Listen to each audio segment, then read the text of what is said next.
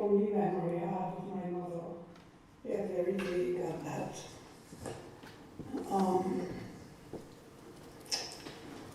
My mother cooking in the kitchen and me sitting on the floor playing next to her.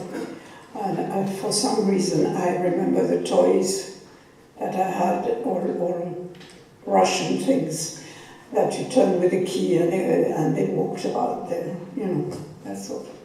That's the memory I have of my mother. I'm seeing her back mostly as she's cooking, and I'm behind her small kitchen. My mother, she died the same day she arrived in Auschwitz. She was sent on the wrong side. I was phoned up by an arts organization called Global Fusion Music and Arts, and I was asked to pitch for a commission, which was Greenwich Council wanted to put on an event to mark Holocaust Memorial Day.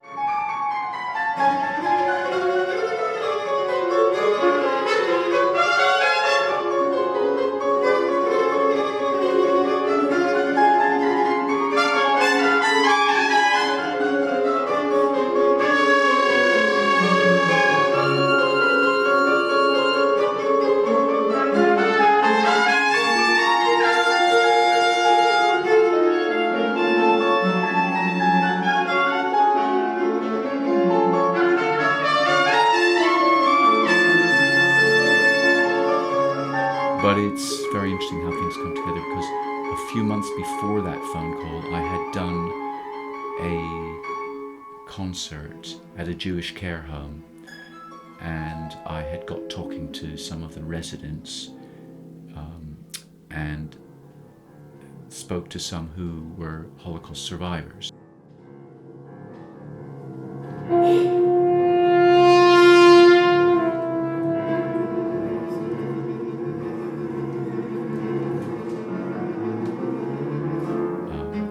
So I had the idea, I went back to those conversations. I thought, oh, maybe I could do something around those conversations. So then my idea turned out to be that I would interview the residents, the ones who were Holocaust survivors, and I would write some music around it.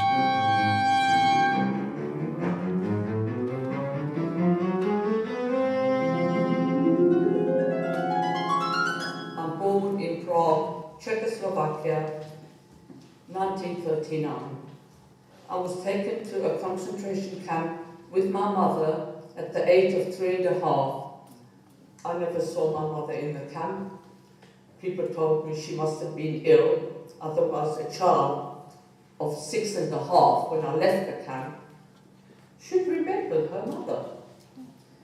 I was there till I was liberated in May 1945, when I came to England, and that's when I started my real happy life.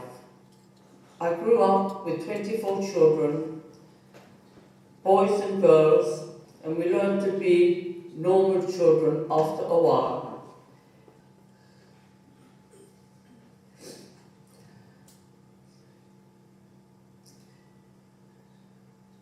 You would think, after 72 years, I would have partly helped just stop thinking about this, but it never happened. We were fairly wild, the little children. I don't know if that was to do what we went through. It took 50 years for me to get a photograph of my mother. I know nothing about my father. He went on the first transport to Lodz.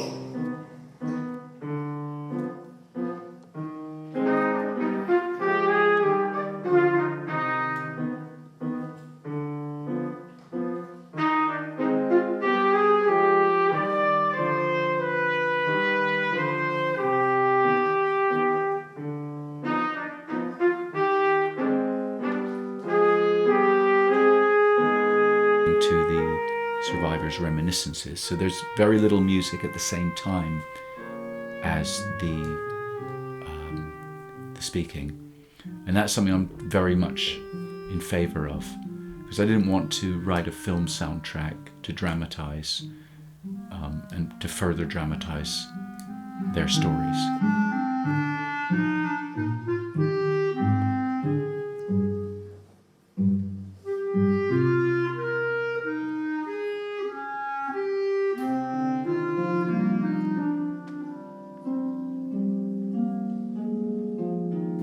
And also the music is a kind of just by the by, it's a celebration of Jewish culture, because the music is very Jewish, and has the in various ways has got flavour of the Jewish way of doing of making music. What is the Jewish way of making music? The Jewish way of making music. God, it's like Fats Waller was asked by somebody, what is jazz? And he said, if you have to ask, you'll never know. Which is a terrible answer, but it's also a good one.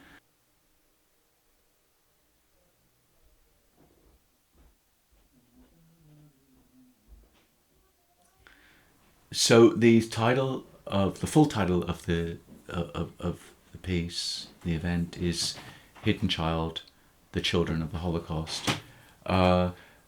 The hidden child comes from one of the interviews with a French woman who ended up being feral during the war. From time to time I was with a group of children, some coming in, others left and others came in, and sometimes we must have been 4 or 5. Anyway, I must have got very little. I don't know why. Maybe eating rubbish that you find somewhere. Sometimes we were eating vegetables that we dug up from people's gardens and things like that, and dirty, and without. Anyway, whatever it was, I got really ill. And so they left me in a village, in a different village from the one I had been in. And a very, very nice couple looked after me. They were lovely. They found me on their doorstep, they took me in. Some other people lent clothes and things like that. And we were sleeping in ditches and, all over the place. I used to play a game by myself. But where am I when I woke up each morning? Before I opened my eyes, I had to remember where I was. And you could tell by the sounds in the countryside, or by how if you were cold or hot, or if it smelled of cow dung, or whatever.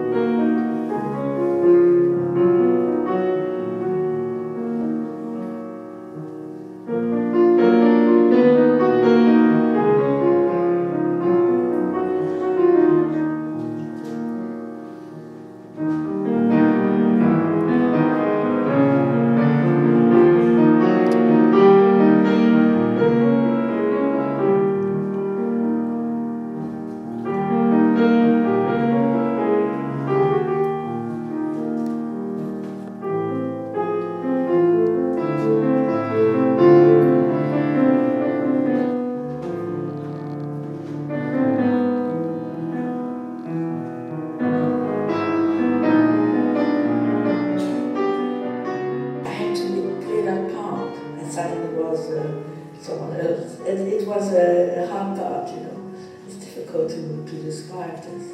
It's like playing a part in the theatre, but for a long time, all the time. And almost eventually believing that you are the new person. Because when I came home to my parents after the war, I didn't want to take my normal name again. I didn't want it. I was intimidated by it.